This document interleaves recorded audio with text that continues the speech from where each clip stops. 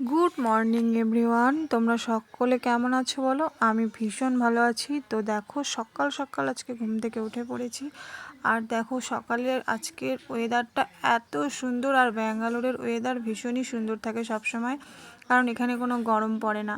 আর এত সুন্দর বাতাস দিচ্ছে ফুরফুরে যে প্রাণ জুড়িয়ে গেল। আর এই যে দেখো পাখি, এই পাখিগুলো আমাদের বাড়িতে নিয়েছে নতুন, কালকেই কিনে এনেছে।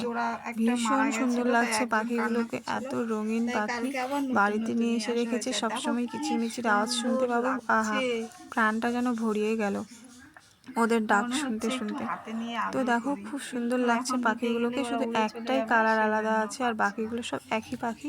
এই নীল পাখিটা মানে হালকা সবুজ টাইপের পাখিটা। আর এখানে দেখো আমাদের এই যে এখানে সব মাছগুলোকে নিয়ে এসে রাখা আছে। এটাও হচ্ছে অনেক দিন ধরেই আছে আমাদের বাড়িতে, কিন্তু তোমাদের সঙ্গে কখনো শেয়ার করা হয়নি। এর আগেও অনেক নিয়ে এসেছিলো, সেগুলো মারা গিয়েছিলো, তারপর এগুলো কালকে নতুন এনেছে। আর এখানে দেখো মিকিকে কি সুন্দরভাবে মা সাজিয়ে দিয়েছে।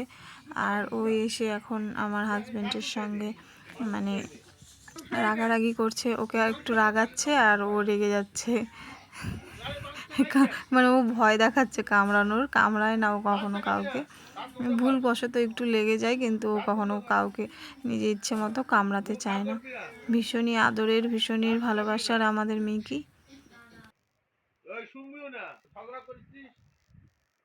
আর এদিকে দেখো অনেক এঁঠো বাসন পড়ে আছে, এখন আমাকে সেটা মেজে নিতে হবে, কারণ রান্নাটা মা করেছে। এবার মা তো আর সব করবে না, না মা তো রান্নাটাও করার কথা না, সেখানে মা করে। আমি ঠিক মতো রান্না করতে পারি না দেখে, তাই আমি বাসনগুলো মাজতে চলে এলাম।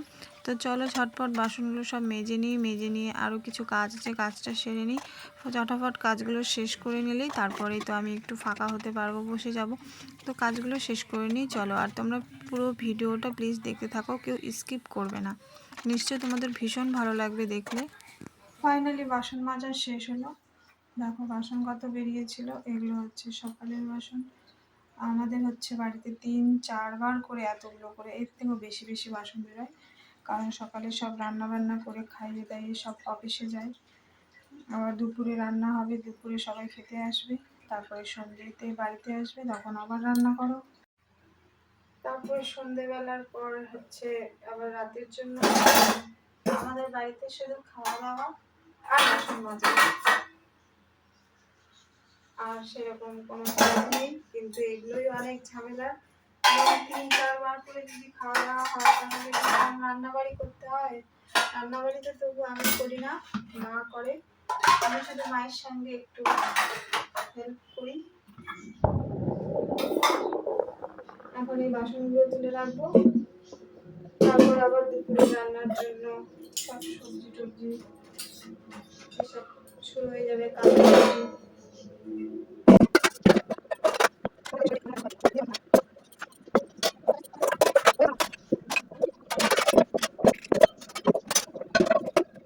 তো আজকে হবে আমাদের চিকেন রান্না হবে আজকে আমাদের বাড়িতে। তাই দেখো চিকেন ফ্রিজে ছিল, সেখান থেকে বের করে জলে ভিজিয়ে দিলাম।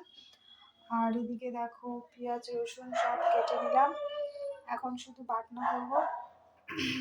আর এখানে ভাত বসিয়ে দিয়েছি রাইস কুকারে, এখনো ভাত হয়নি, হয়ে গেলে এখানে সবুজ দাগ দেখাবে। তো চলো তাড়াতাড়ি এখন বাটনাটা করে নিই। আর এই দেখো ফ্রিজে এখনো কত মাছ মাংস আছে, দেখো এখনো প্রচুর আছে।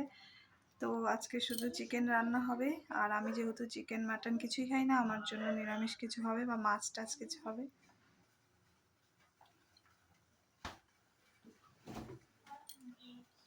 আর সেরকম কিছু নেই ফ্রিজে, এখন বাটনা করব তাই আদা নিয়ে নিলাম।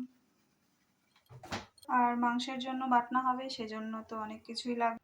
তো দেখো আমি বাটনা করব দেখে কি কি নিয়েছি তেজপাতা, আদা এখন আর ছিলে কেটে নিব। আর এখানে আছে ধনেও নিব। আর এখানে আছে 25টা লঙ্কা, এগুলো সব এখন অ্যাড করে বাটনা করে নেব। তো চলো সবগুলো দিয়ে দিই। রান্নাটা আমি করবো না, রান্নাটা আমার মা করবে। আর দেখো মিকি এসছে রান্নাঘরে, এসে বসে আছে। আর দেখো আদা হয়ে গেছে আমার ছিল। আর এখন নিয়ে নিব ধনে। তো হয়ে গেছে, এখন শুধু জল দেবো, দিয়ে মিক্স করবো।